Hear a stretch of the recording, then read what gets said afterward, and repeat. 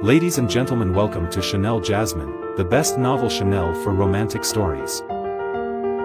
Hai guys, selamat datang di channel Jasmine, channel terbaik untuk menyimak novel-novel romantis.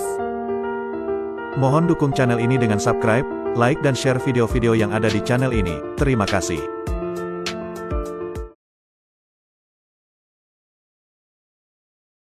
Perintah Kaisar Naga bab 4661, 4662, 4663. Kedua tinju Qiu Wanxing diliputi oleh energi sejati yang mengamuk, setiap pukulannya seolah-olah mampu mengguncang gunung dan sungai, langsung mengarah ke titik vital Dev.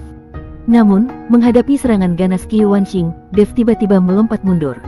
Di saat yang sama, sebuah kilauan dingin mendadak muncul di tangan Dev, seperti bintang jatuh yang membelah langit malam. Pedang pembunuh naga muncul di genggamannya. Pada saat itu, di sepanjang bilah pedang tersebut, terdengar suara samar seperti raungan naga, memancarkan tekanan yang membuat orang gemetar. Hari ini, biarkan aku menunjukkan padamu kekuatan pedang pembunuh naga. Dev berteriak rendah, tubuhnya melesat ke depan, seperti bayangan hantu yang melintasi medan pertempuran. Pedang pembunuh naga di tangannya tampak hidup, setiap ayunannya diiringi suara raungan naga dan harimau. Ujung pedangnya membelah udara, meninggalkan celah-celah yang terlihat jelas oleh mata telanjang. Melihat hal ini, ekspresi Qiu Wanxing berubah. Meskipun ia sangat percaya diri dengan kultivasinya yang mendalam, menghadapi pedang pembunuh naga, ia tidak berani gegabah. Dengan cepat, ia mengerahkan seluruh energi sejatinya, mengonsentrasikannya di telapak tangan untuk menghadapi serangan ini secara langsung. Bayangan pedang mengikuti. Dengan teriakan keras, tubuh Dev tiba-tiba berhenti. Pedang pembunuh naga di tangannya dihunjamkan ke bawah, menghasilkan cahaya pedang yang berkilauan terang. Cahaya itu menjelma menjadi bayangan naga yang melesat keluar dari pedang, membawa kekuatan yang seakan mampu menghancurkan segalanya, langsung menyerbu ke arah Qiu Wanxing. Qiu Wanxing menangkupkan kedua telapak tangannya, membentuk bayangan binatang raksasa dari energi sejati untuk mencoba menghentikan serangan dahsyat tersebut. Namun, ketika bayangan naga pedang dan bayangan binatang itu bertabrakan, suara ledakan menggema memenuhi udara, menggetarkan telinga. Udara di sekitarnya seperti terkoyak sepenuhnya, debu beterbangan, batu-batu berserakan, dan para prajurit di medan perang mundur dengan tergesa-gesa, takut terkena dampaknya. Bayangan naga pedang, yang tak tertandingi, menerobos bayangan binatang itu dan terus menyerbu ke arah Qiu Wanxing. Qiu Wanxing terkejut dan dengan tergesa-gesa menggunakan teknik pergerakan tubuhnya untuk menghindari serangan ke titik vital. Namun, meskipun berhasil menghindar, lengannya tetap terkena gelombang pedang tersebut, menyebabkan kulitnya terkoyak, darah segar mengucur deras. Serangan ini membuat Qiu Wanxing benar-benar memahami betapa mengerikannya pedang pembunuh naga. Ia tidak lagi berani meremehkan Dev sedikit pun. Namun, pertempuran belum berakhir. Dev memanfaatkan keunggulannya untuk menyerang tanpa henti. Pedang pembunuh naga di tangannya berayun dengan rapat dan tajam. Setiap ayunan membawa kekuatan yang mampu membelah gunung dan batu, membuat Qiu Wanxing terus-menerus mundur tanpa daya untuk melawan. Tubuh Dev bergerak lincah, seperti bayangan hantu yang berkelebat di medan pertempuran. Setiap gerakannya sangat presisi, membuat pukulan Qiu Wanxing terus-menerus meleset. Seiring berjalannya waktu, Qiu Wanxing semakin sadar bahwa ia tidak mampu melawan Dev. Sebaliknya, serangan Dev menjadi semakin tajam, setiap serangan membuatnya merasa terancam. Qiu Wanxing tahu bahwa Dev bukanlah lawan yang mudah, apalagi dengan pedang pembunuh naga yang memiliki kekuatan luar biasa. Karena itu, ia mulai mengubah taktiknya. Alih-alih menyerang dengan kekuatan penuh, ia berusaha mencari celah pada pertahanan Dev untuk mencuri kemenangan dengan kecerdikan. Namun, Dev seolah-olah mampu membaca pikiran Qiu Wanxing. Gerakannya seperti angin, dan pedang pembunuh naga di tangannya seperti makhluk hidup. Terkadang menjadi kilatan pedang yang tajam, terkadang menjadi bayangan pedang yang rumit. Semua serangan Qiu Wanxing berhasil dipatahkan, sementara Dev terus mencari peluang untuk memberikan serangan balasan. Akhirnya, pada saat serangan Qiu Wanxing mulai melambat, Dev melihat celah. Ia melompat maju seperti seekor macan yang siap menerkam. Pedang pembunuh naga di tangannya melukis lengkungan sempurna di udara, langsung mengarah ke titik vital Qiu Wanxing. Di mana pedang itu melewati, udara seolah terkoyak, meninggalkan celah dalam yang terlihat jelas. Qiu Wanxing berusaha sekuat tenaga untuk bertahan, tetapi di hadapan ketajaman pedang pembunuh naga yang tak tertandingi, semua pertahanannya tampak tidak berguna. Tubuh Qiu Wanxing terpental keras, terhempas ke tanah dengan suara keras. Ia mencoba bangkit, tetapi mendapati energi sejatinya kacau balau dan luka-lukanya sangat parah. Kau, bagaimana bisa sekuat ini? Qiu Wanxing menatap Dev dengan wajah penuh ketidakpercayaan, suaranya bergetar. Seorang kultivator tingkat pertama Mahayana ternyata mampu mengalahkan dirinya, yang berada di tingkat ke-8 Mahayana, bahkan membuatnya terluka parah. Ini sungguh sulit dipercaya. Bahkan Sing Daorong yang berdiri di samping pun tertegun dan tidak bisa berkata apa-apa. Dev, saat masih di tingkat 9 alam kesengsaraan, sudah mampu mengalahkan kultivator tingkat 4 Mahayana, yang saat itu sudah cukup mengejutkan. Namun kini, setelah baru saja menembus ke Mahayana, ia mampu mengalahkan kultivator tingkat 8 Mahayana. Ini benar-benar di luar nalar.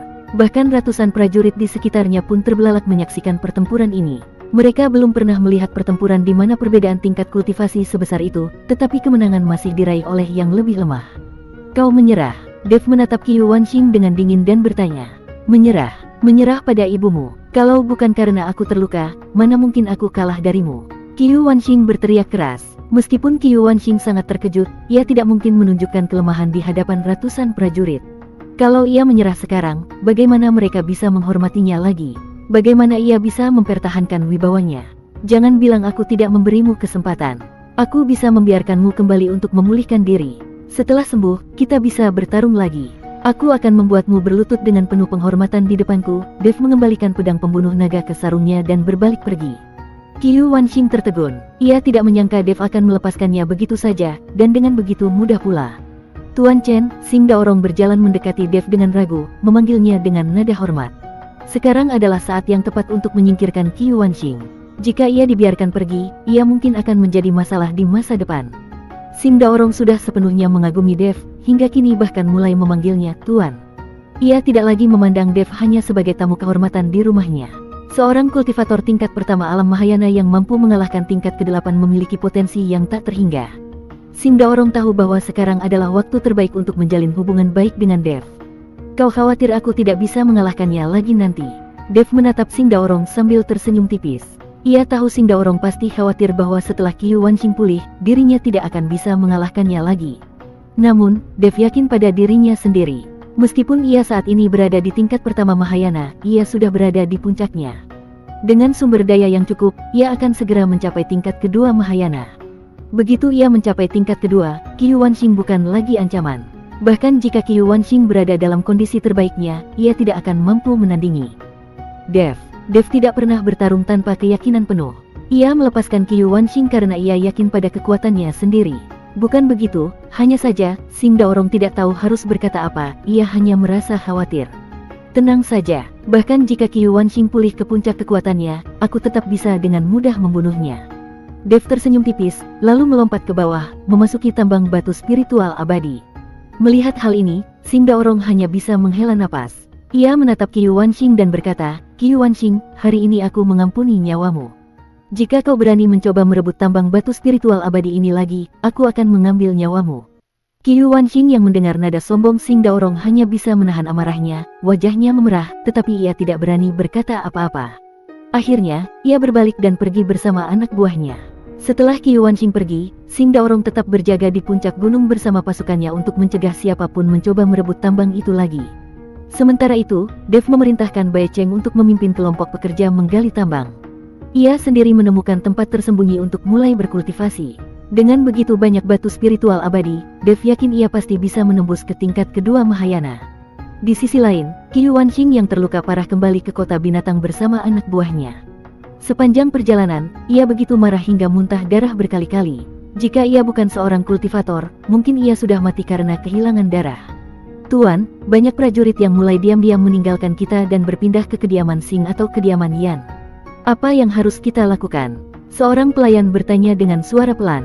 Sekarang, dengan kedua putra Qiu Wanxing tewas, dan dirinya terluka parah, suasana di seluruh kediaman Qiu dipenuhi awan gelap. Banyak pemimpin bawahan mulai merasa takut, terutama setelah menyaksikan dengan mata kepala sendiri bagaimana Dev, seorang kultivator tingkat pertama Mahayana, mampu mengalahkan Qiu Wanxing yang berada di tingkat ke-8. Hal itu semakin mengguncang moral para prajuritnya. Sejumlah serigala berbulu putih yang tidak tahu berterima kasih. Aku belum mati, tetapi mereka sudah mulai mencari tempat baru untuk berlindung. Qiu Wanxing memukul meja dengan keras karena marah. Namun, kemarahan saja tidak cukup untuk menyelesaikan masalah. Jika bawahannya semua melarikan diri, ia akan menjadi pemimpin tanpa pasukan, dan keluarga Qiu tidak akan memiliki kekuatan lagi. Tetapi saat ini, ia benar-benar tidak memiliki cara untuk merebut kembali tambang batu spiritual abadi itu. Tuan, kita bisa mencoba berbicara dengan keluarga Yan. Bagaimanapun, ini adalah tambang batu spiritual abadi.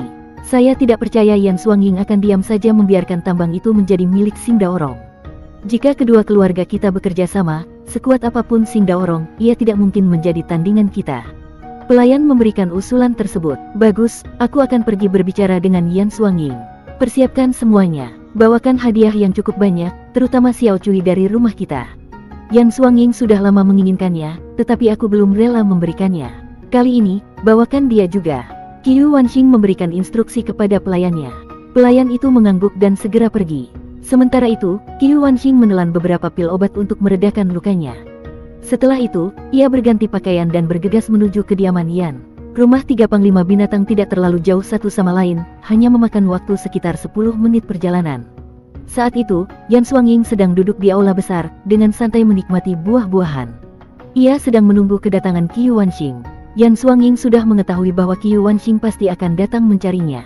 Setelah Qiu Wanxing kembali dari luar kota, Yan Xuangying segera mendapatkan kabar tentangnya, termasuk informasi bahwa Qiu Wanxing telah terluka oleh Dev, seorang kultivator tingkat pertama Mahayana. "Oh, Tuan Yan, saya datang untuk minum bersama Anda." Terdengar suara Qiu Wanxing, diikuti dengan langkahnya yang besar memasuki aula. Di belakang Qiu Wanxing, ada seorang gadis muda yang sangat cantik. Gadis itu tampak ketakutan. "Tuan Qiu, apa yang membuat Anda punya waktu datang ke sini? Bukankah Anda sedang sibuk mengurus batu spiritual abadi?"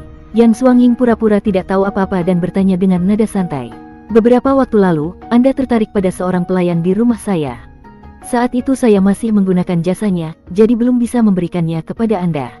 Sekarang saya sudah selesai, jadi saya membawakannya untuk Anda." Qiu Wanxing tersenyum ringan, lalu berkata kepada gadis muda di belakangnya, "Cepat layani Tuan Yan dengan baik. Ingat, buat dia puas dan nyaman." "Baik." Gadis muda itu sedikit membungkuk, lalu berjalan menuju Yan Xuangying.